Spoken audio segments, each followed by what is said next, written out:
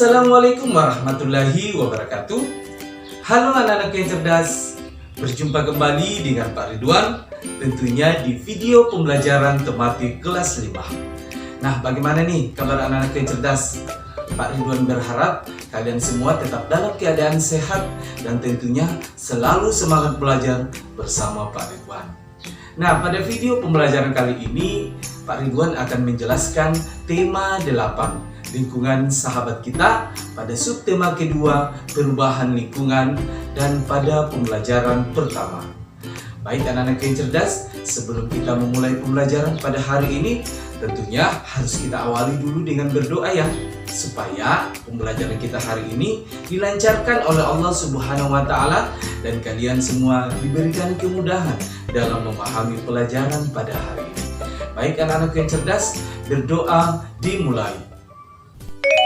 Bismillahirrahmanirrahim.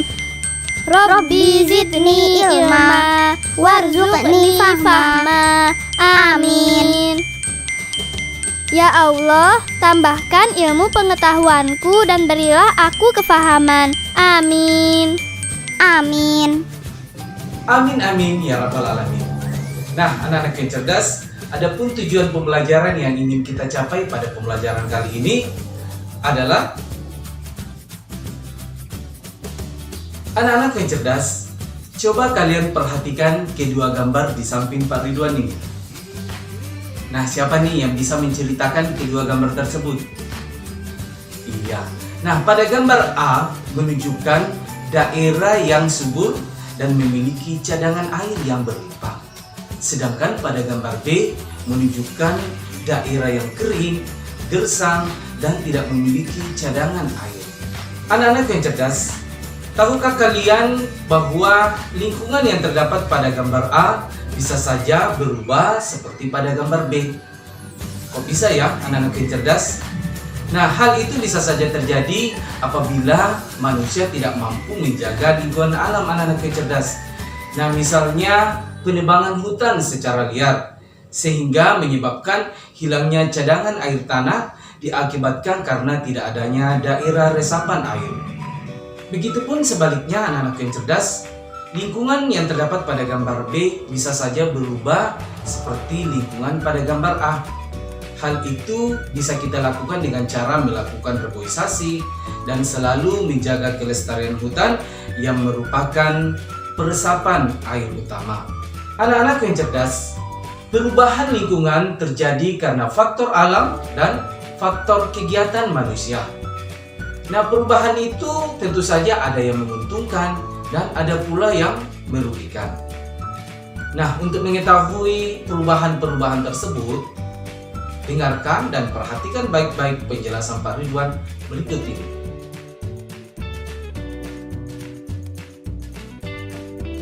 Siklus air tanah. Proses siklus air menyebabkan air bergerak meninggalkan tanah ke udara. Selanjutnya, air turun lagi ke tanah dalam bentuk air hujan. Air yang turun ke tanah ini ada yang masuk ke sungai. Aliran air di sungai ini akan terkumpul kembali di laut. Selain masuk ke sungai dan mengalir ke laut, ada juga air yang tergenang membentuk danau.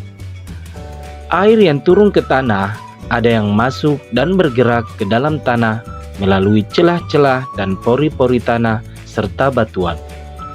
Air yang masuk ke dalam tanah ini kemudian menjadi air cadangan atau sumber air.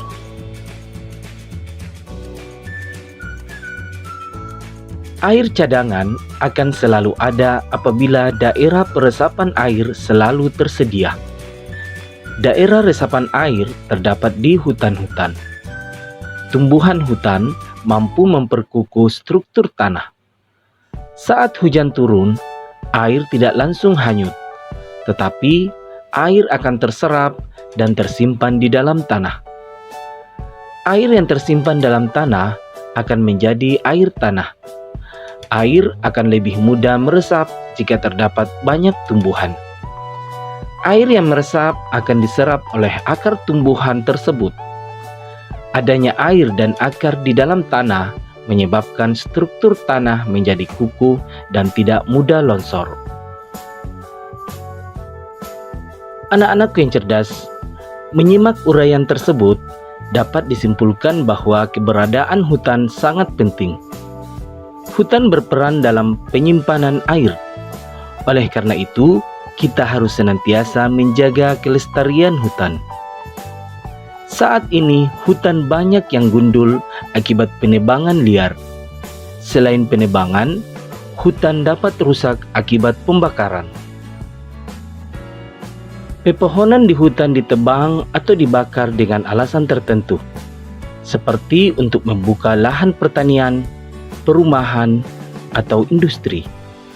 Kegiatan-kegiatan ini dapat mengurangi kemampuan tanah dalam menyimpan air.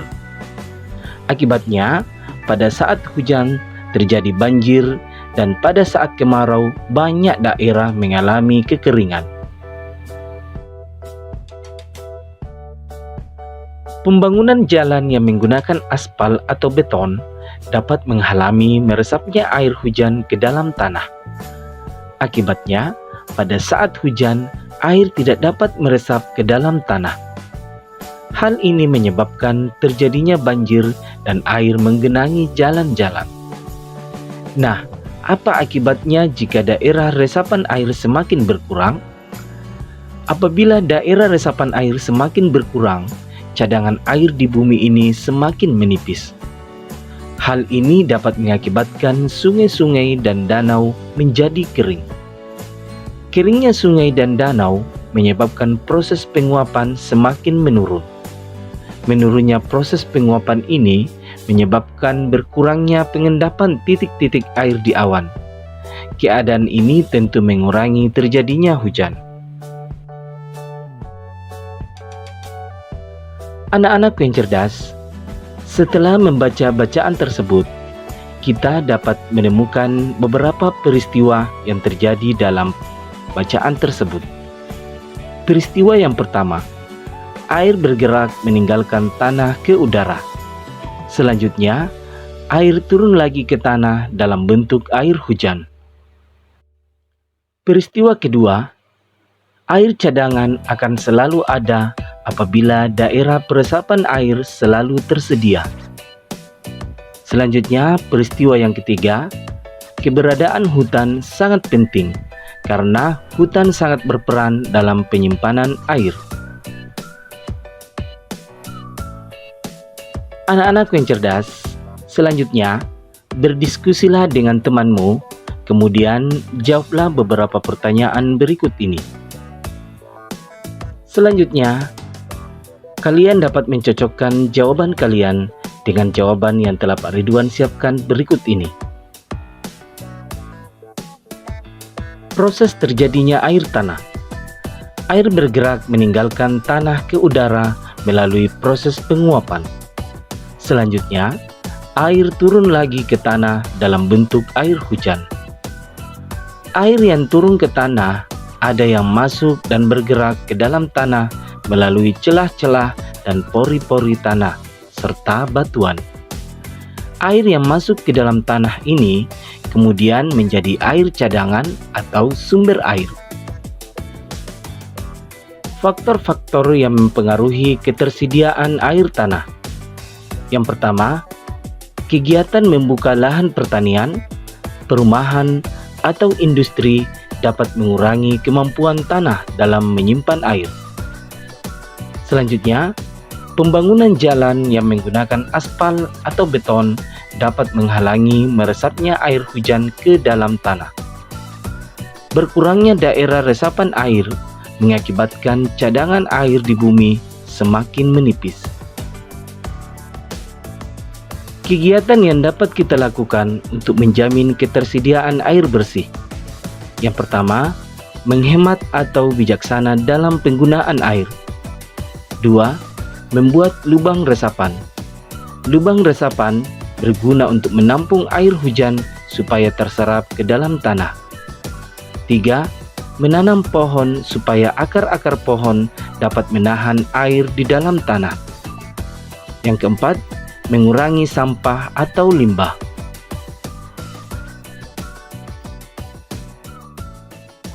Anak-anakku yang cerdas, kekeringan dapat terjadi karena beberapa sebab, yaitu faktor alam dan kegiatan manusia. Salah satu penyebabnya karena faktor alam, yaitu kondisi tanah dan iklim. Kondisi tanah berbatu akan menyebabkan tanah tidak dapat menyimpan air. Untuk lebih jelasnya, lakukanlah kegiatan berikut ini.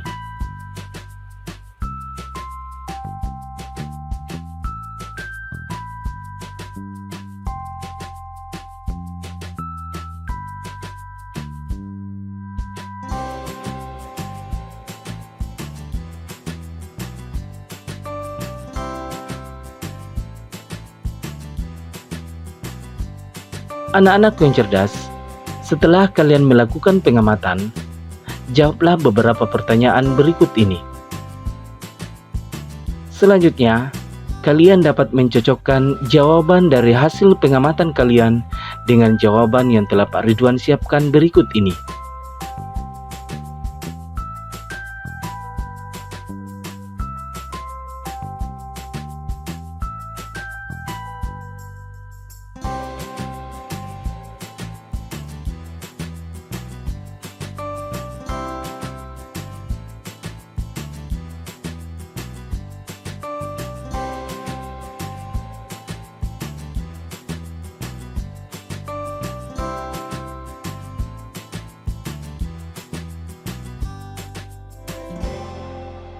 Anak-anak yang cerdas, demikianlah pembelajaran kita pada hari ini. Mudah-mudahan apa yang telah Pak Ridwan jelaskan tadi bisa memberikan manfaat untuk kalian semua dan tentunya menjadi tambahan ilmu untuk kalian semua. Tetap semangat belajar dan selamat belajar. Wassalamualaikum warahmatullahi wabarakatuh.